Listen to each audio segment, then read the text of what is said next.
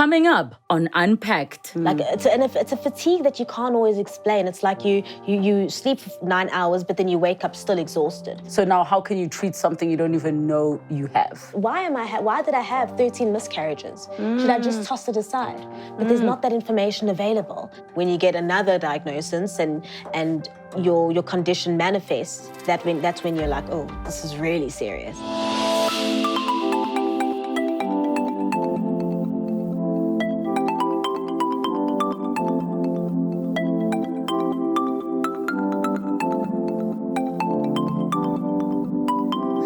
Today's guest that joins us speaks about living with a very rare condition. Now, some of you might think of it as just an autoimmune disease, but there's so much more with this personal experience. Let's unpack. South African media entrepreneur and storyteller Zola Brunner was only a month away from celebrating her 25th birthday when she got the news that changed her life forever. Her specialist informed her that her latest test results had returned positive for a rare autoimmune disease. Since receiving that call, Zola has been in and out of hospital fighting for survival. Today, she is a warrior and she's here to share her story. Let's unpack. Zola, thank you so much for joining us on the show. I'm so glad you were actually able to be in studio with us today. Thank you so much. It's an honor to be here. So, many people may have heard about the condition that you have from the very famous Toni Braxton, who's gone quite public with what she suffers with, or let me say is living with. Maybe you can share with us what it's called and what it's all about. Lovely, thank you. And first of all, the use of language is so important. Yes. So I'd rather not be called a sufferer. Yes. Rather someone that's living with it. Yes. Because I'm still here. Yes, yes. So the condition is lupus. The scientific term is systemic lupus erythematosus. So what that means is your body is consistently and constantly attacking itself. For some reason, you know, when you're sick, when you just get a cold, you have these white blood cells that are soldiers and they out there attacking that bacteria, attacking that virus. What lupus does, it just recognizes any part of your body, whether it be skin, whether it be blood, whether it be an organ, and starts attacking it because it thinks it's an invader. Yes. So your body is just thinking that it's this big war zone, and that's pretty much what the condition is. So how has it manifested itself in your body? Because you can go online and you can read about all the different symptoms that one can get. Definitely. What are the ones that you experience? Right, so the clearest way to say it is the skin, the blood, and the kidneys. Yeah. So when it first started, the skin started attacking my skin. So if I lift up these sleeves, you will see what that means. It will look like a rash, it will look like deteriorated skin, I suppose. When you're looking at blood, it starts to eat away at your blood cells. So that's why I'm consistently having to have blood transfusions. And you need blood in order to survive and to live.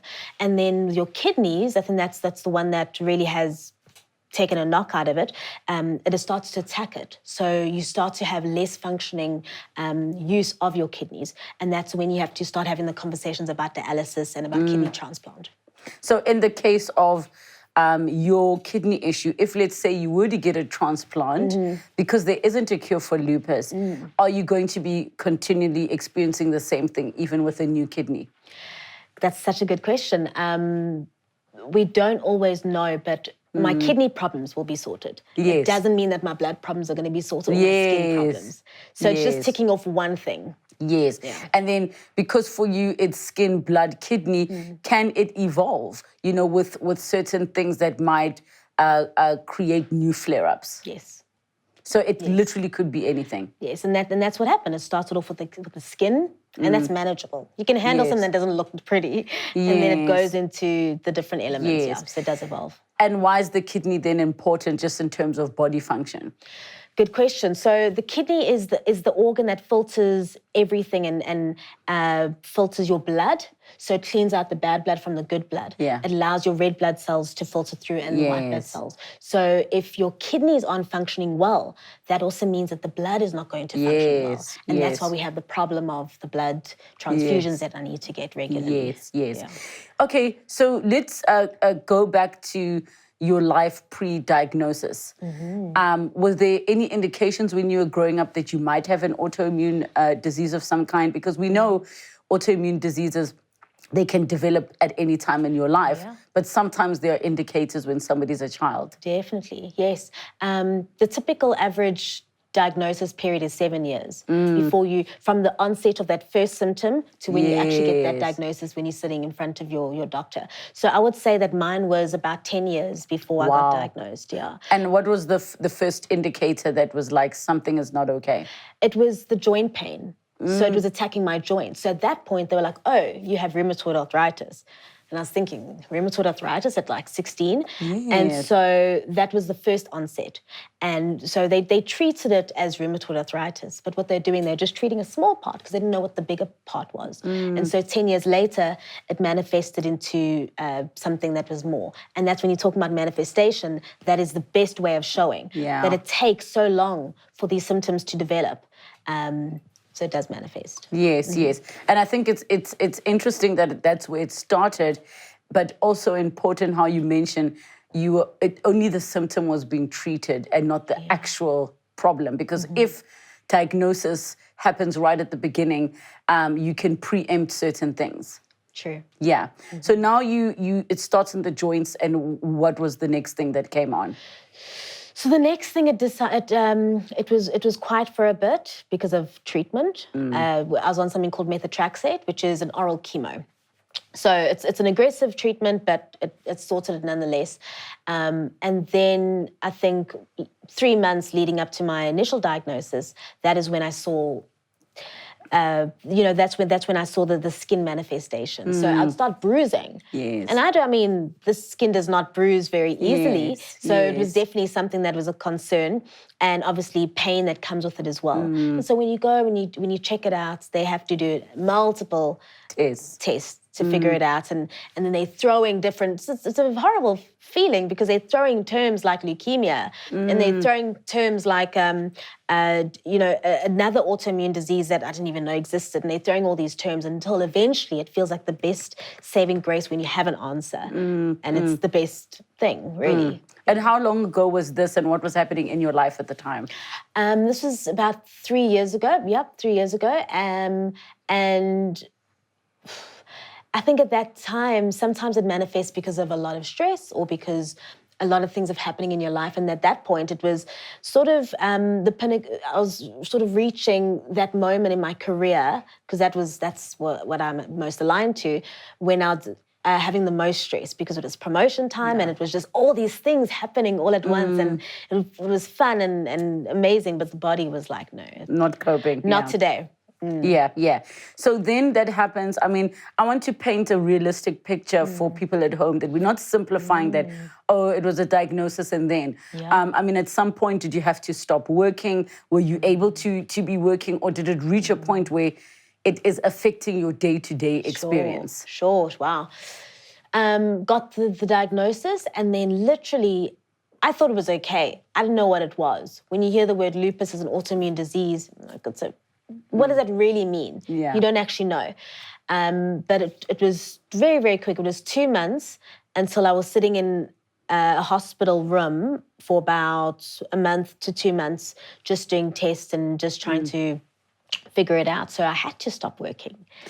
So you never had to stop working prior, as in for you to reach the point where tests need to be done to get a diagnosis. Had it disrupted your life, or was it the type of thing which I know I do when I'm not well, where you're like, I'll go to the doctor in 2 weeks? It was that. Okay. It was I that. got you. I got you. It was that. So yeah, exactly. I got you. I got you. So now you're in the hospital. You're there for 1 or 2 months just having tests done. What is the reality you're facing every day? I mean, did you think that you might not survive? I don't think like that, first of all, because if you start thinking like that, then you're going to spin yourself into a very negative emotional turmoil.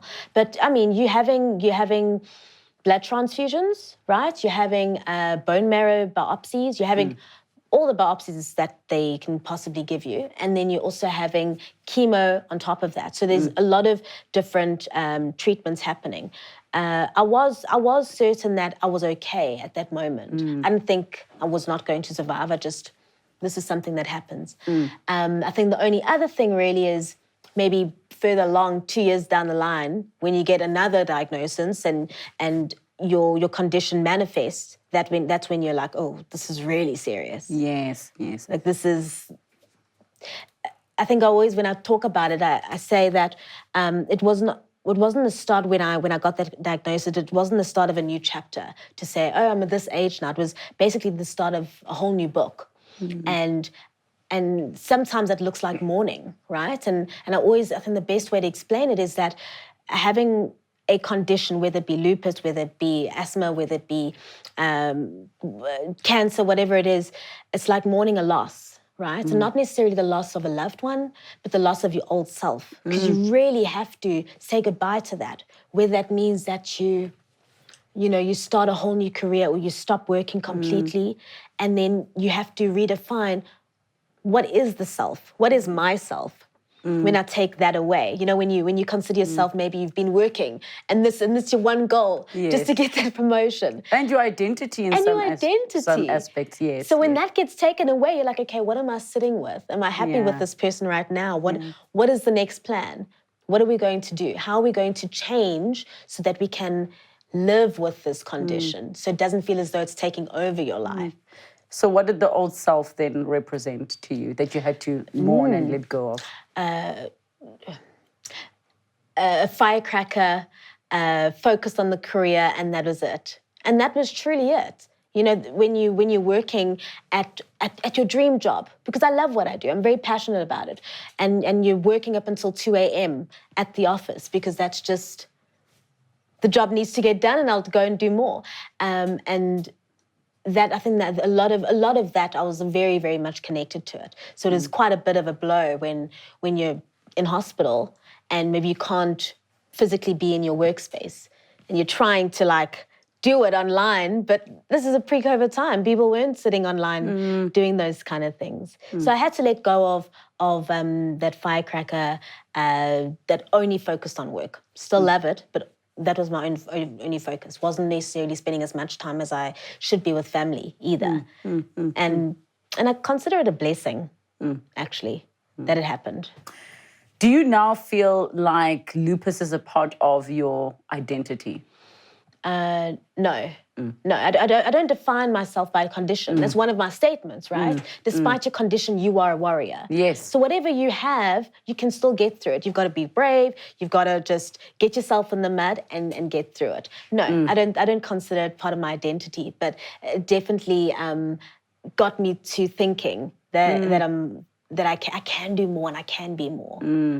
I think the reason I asked that question and frame it that way specifically, some people who have experienced different conditions or even accidents that physically change their lives will say it is a part of me now because it literally started the trajectory of who I am today. But obviously our language is different. Hence, there are certain things that I've gone through that I say it is part of my identity because had that not happened, I literally would not be the person I am today. Beautiful. So it's a wording thing, but from me listening to you and what you've said about, having to relook at your life and find that balance, I kind of feel like it's something that changed your life. Yeah, I think that's actually beautiful about language. And I think the reason why I was so vehemently saying no is because in our community, we've got an amazing community. Yes. Love them.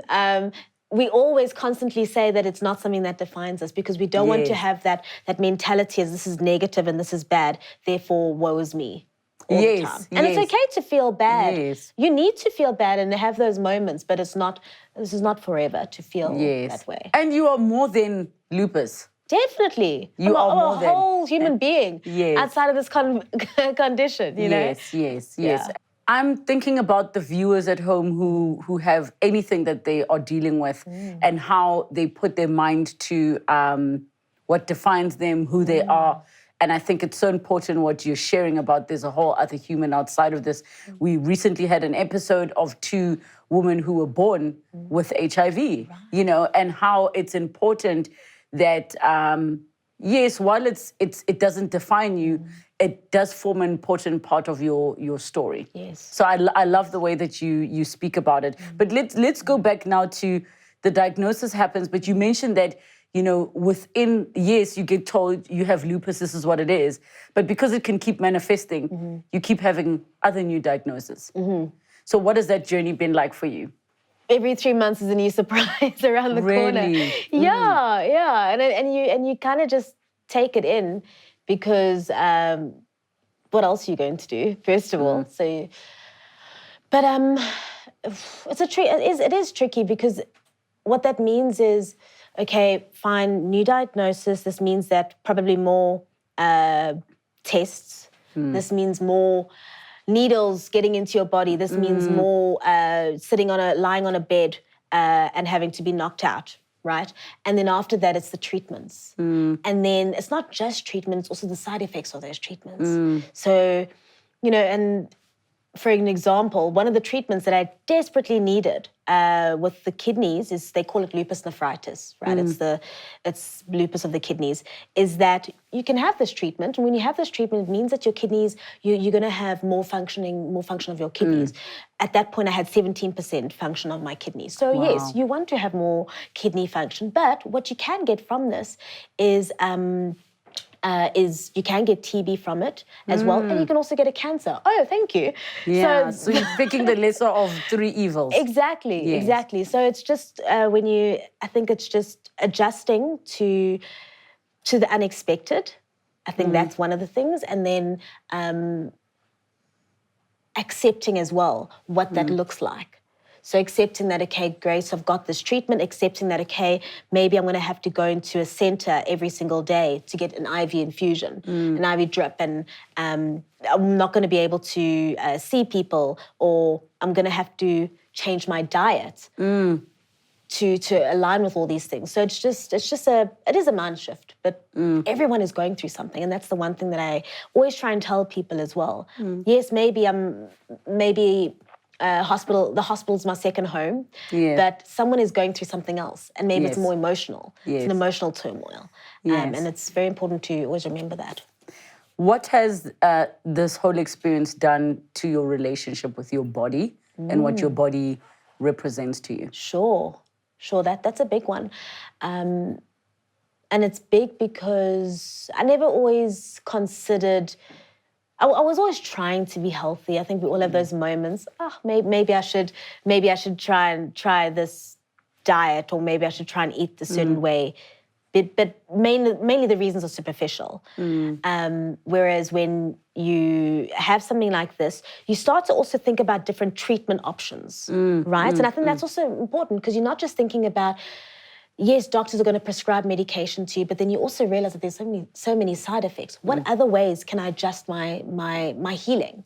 So you might look at the natural ways, and part of the natural way is also eating right as well. And I think that is the biggest thing for me, and it was amazing because it was the whole family getting involved and adjusting to a new way of eating. So what does that mean? That means gluten-free products. Now you get gluten-free everywhere, so that does help. But it also means living a life that refined sugar is completely out of the picture, as well as dairy. So, and then you start thinking, okay, well, let me start eating in a different way. Let me start cooking in a different way. So now when you come to my house, you'll be surprised that I don't use my stove at all. And that's because I eat in a way that's quite raw, because I don't necessarily like the enzymes, and I want to make sure that I'm trying to eat as cleanly, as best to my ability to eat as cleanly as possible. And you know what I was thinking about in terms of relationship with the body was not even necessarily cosmetic, but when you were speaking about the fact that you might have to be in hospital having needles prodded, that if I were in that position, a part of me might have had to detach itself in terms of my emotional connection with my body to help me cope. So I'm curious to find out what that did for you. Yeah, I think the biggest thing is it physically changes your body as well, because obviously there's a lot of changes. But then you're either losing a whole lot of weight, like 20 kilograms, or you're gaining in this department if you're taking specific medication. If I take cortisone, I know that for the next 3 months I'm going to be bloating. So everyone knows I'm on cortisone at the moment, so I'm feeling a bit bloated, but it's okay, I've accepted it. So with that, it's just sort of shedding that idea that maybe I'm a field defined by my body. That maybe, actually, you know what, I quite enjoyed, I used to think that I looked good in jeans, and maybe I had curves or whatever, and then all that gets taken away. So then you're like, okay, so fine. That's not how I should be identifying myself. Yes, yes. And that you're actually grateful for your body, what it can do. The fact that it goes through all of that. You know, it goes through all the trauma and all the surgeries, and it goes through childbirth if you're female or whatever it goes through, and it still gets through. And that, I think, for me, that's the part where I'm at now. Thank you, body. Yes. Thank you for making me. I'm still here. Yes. Yeah. Is there some kind of a, I don't want to say a privilege, but, you know, rare diseases like a lupus, if you don't have access to private healthcare, what does that journey even look like? Man, I'm so grateful that you also bring that up, because before we even get to that part, it's also the stigma to get to the hospital or to get yourself checked out. Yeah. So sometimes the symptoms that happen aren't always physical. Mine have always been pretty visible. Yeah. It might be you're constantly fatigued. Like it's a fatigue that you can't always explain. It's like you sleep for 9 hours, but then you wake up still exhausted. But it also indicates to you that something is wrong. But trying to explain it, and I know because I've had these conversations as well. It's with a 13-year-old who was in the bed next to me, but she was from the Free State. It took them such a long time to just come to terms with the fact that something was wrong. And that's just the education. And it's not even education, because we live in a world where you can have access to it. But just getting to that point is people consider you as lazy. Yes. This so is it's not got a its thing. own weird stigma about it. Exactly. Yes, Before you even get to it, because why are you complaining about just sleep? You know what I mean? Just go to bed. And why are you sleeping for so long? Yes. You know, before we get there. And then when you get to a clinic, it's okay, well, we'll give, if you're not sleeping, maybe we'll give you a Panado. So if I understand correctly, I mean, for a person to even get to the point of diagnosis, they still have to cross all these hurdles. Yes. So now how can you treat something you don't even know you have? Exactly. Yes, yes. When we were off camera earlier, you were speaking about your own personal experience that you had, you know, a tumor on your face. And then what happened when you got to the hospital? Yeah, so I went in and immediately rushed into casualty, and then they asked me the questions that you should. Is it a bee sting? Is it an allergy? And I'm like, no, I know what it is. It's lupus, and you should probably treat it like this. At some point, you become a professional patient. Yes. And they didn't believe me, so they Googled lupus, and they started Googling all the symptoms and all the treatment plans, which it actually showed me the lack of education, whether you're in a private hospital, whether you're in a public hospital. And I think going to your point about access, we don't have access, even if you go to a private hospital or a public hospital, because of the knowledge. So that's why you might and I know this is, you get offered a Panado for a symptom that is quite serious. Yes. For a symptom that you should actually be hospitalized to get a blood transfusion. Yes. And what that means is that if you don't get that treatment, it is fatal. And we've seen that. And within the community, there's so many people that do pass away at 23, at 19, at 32, because they're not getting the right treatment. Chat to me about lupus in South Africa specifically. I mean, Toni Braxton is a global musical icon that we all know of, but even her story hasn't gotten most people around the world to suddenly know and understand lupus. What has it been like in South Africa, your personal experience? Were you able to access information? Were you able to, you know, when you were diagnosed? Let me tell you about a story that happened when I was diagnosed, right? So just imagine you're getting this life-changing diagnosis. A diagnosis that, first of all, you don't have much knowledge about, and the doctor knows that you don't have much knowledge about. And a diagnosis where you're going to have aggressive treatment. As I said, you're going to have treatment. It's going to be cancer, it's going to be cortisone, etc. So I'm in the... You mean chemo? Chemo, so what did I say? You said cancer, but I know what you meant. Oh, no, I meant chemo. Yes, I know exactly what you meant. Sorry about that. No, because the association, but I'm glad you said that because somebody at home needs to know chemo is not just it's not just treatment for cancer. Yes. And I'm glad you said that. And yes. I even have that. All right, thank you. So I'm in the doctor's room, and then she says, okay, you have lupus, and I think I give her a blank stare because I don't know what that is. And then she proceeds to say to me, I can see that you don't really know about it, so I'm going to give you this piece of paper. It's got the link to the lupus website, and then you can have a look and understand what the symptoms are. And I said to her, can you maybe explain to me what it is, first of all, what my symptoms are? Because there's millions of people that have it, but what about my own body? What can you tell me about what this diagnosis means for my own body and what potential treatment plans? And she basically referred me to a piece of paper. And so my point is that's how you can be introduced to a diagnosis in our country. And no counseling that comes with it. There's no this is here are numbers for support groups. Here's a person who's had lupus that is living comfortably, has managed that we can refer you to. So none of that. Just here's a link. No. But what I find quite amusing is that she prepared for this because she types it out, she printed it, so she knew this is how I'm going to tell people, which also indicates to you that there's many people that actually get diagnosed. Maybe she doesn't know what to say. Which sucks. That's not my problem. Yes, I paid you for this consultation for you to give me a piece of paper. But even though there's not official numbers out there, which is a problem, first of all, there's not a number that I can Google and say, okay, great, not great. There's 1.5 million people living with this. We don't have those numbers for stats. But it definitely is there, and there's conversations that you have that many people have it, whether you meet someone next to you in a hospital bed or whether you meet doctors and then you meet other patients around there. So I know that more and more people have it. I don't think they necessarily know what it is. And I know this because if I do talk about it publicly, people then say, oh, I didn't even know that was a thing. These are the symptoms that I have. Should I get checked out?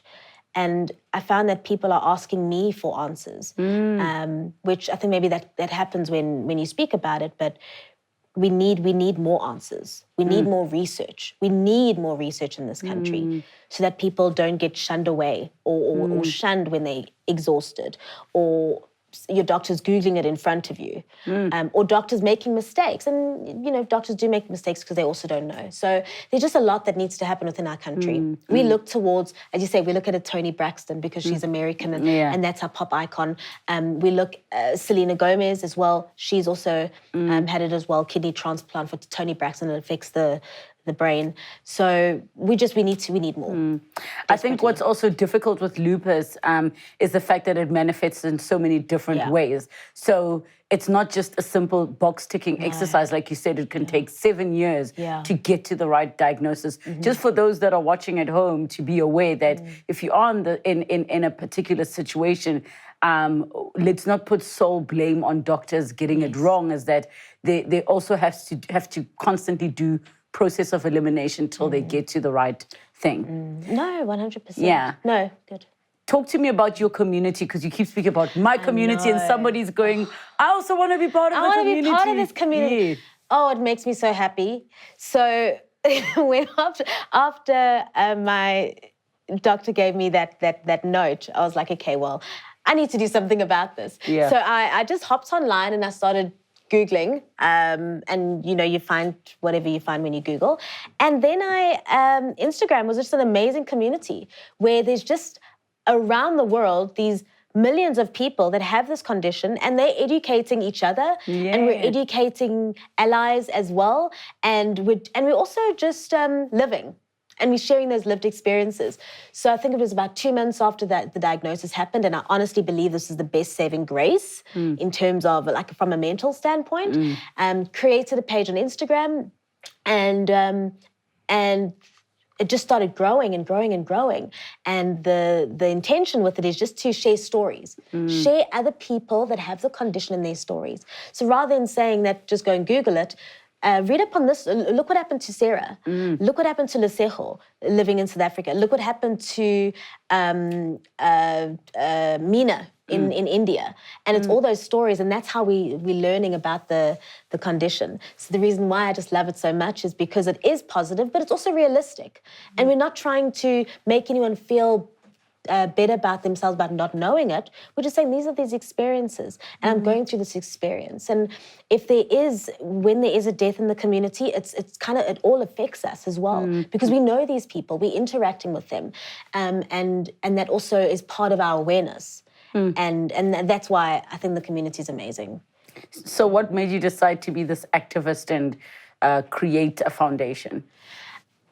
There's a loophole that I was seeing, right? And that happens when you build, when you grow, and you see things and conversations happening online. And same way that I was saying that we are severely lacking research in this country, because that manifests to many different things. That's the loophole that we have.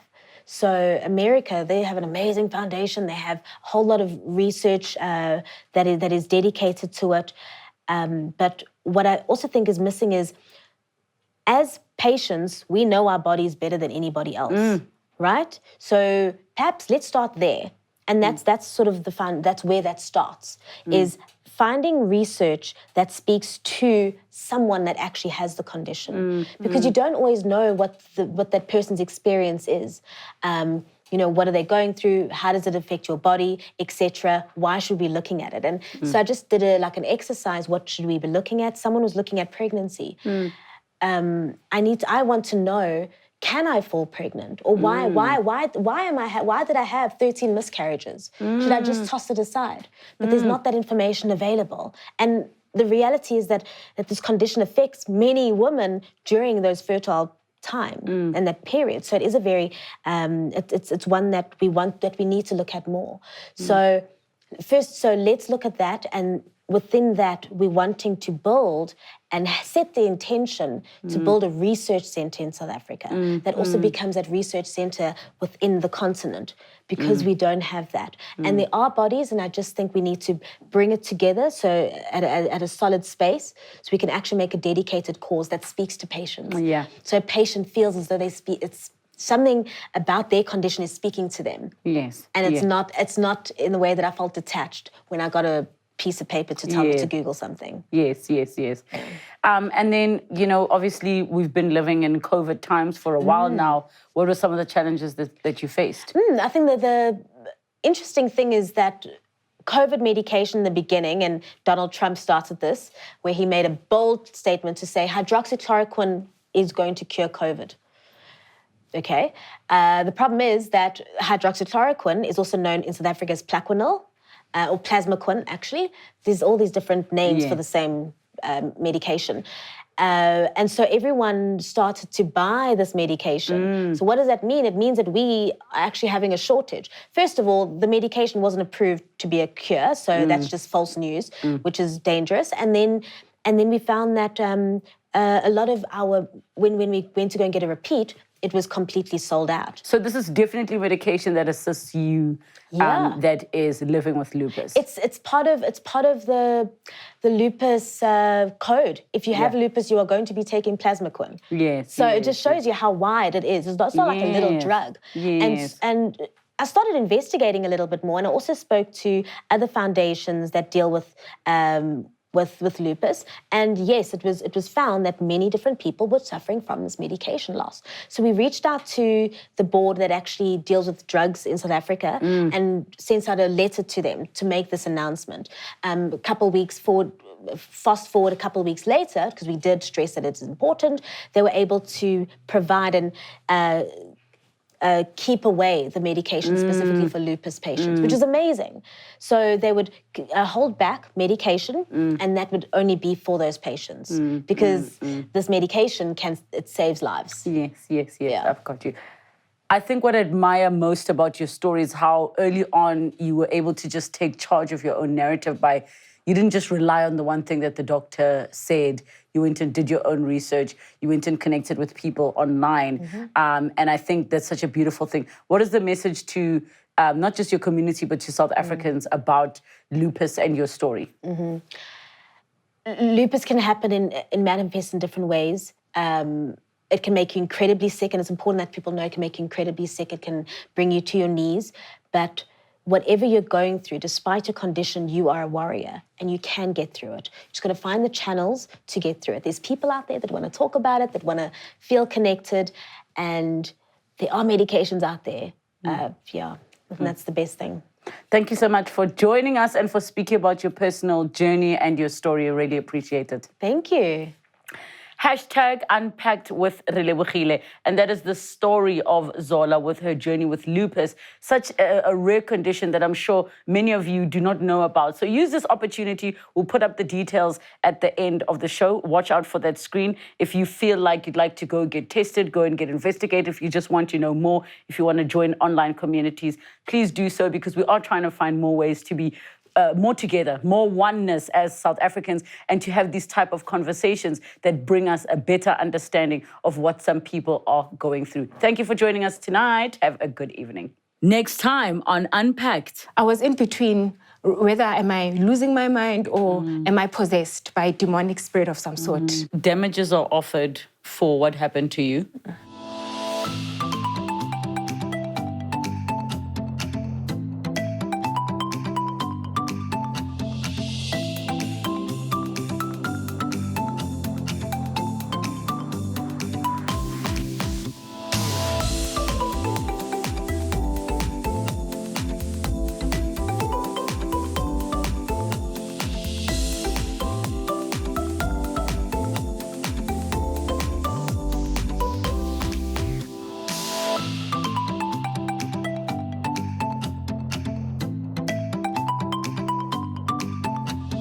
Unpacked with Relebogile Mabotja.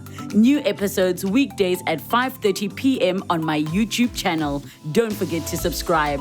Television edited broadcasts weekdays at 5 p.m. Open up to S3.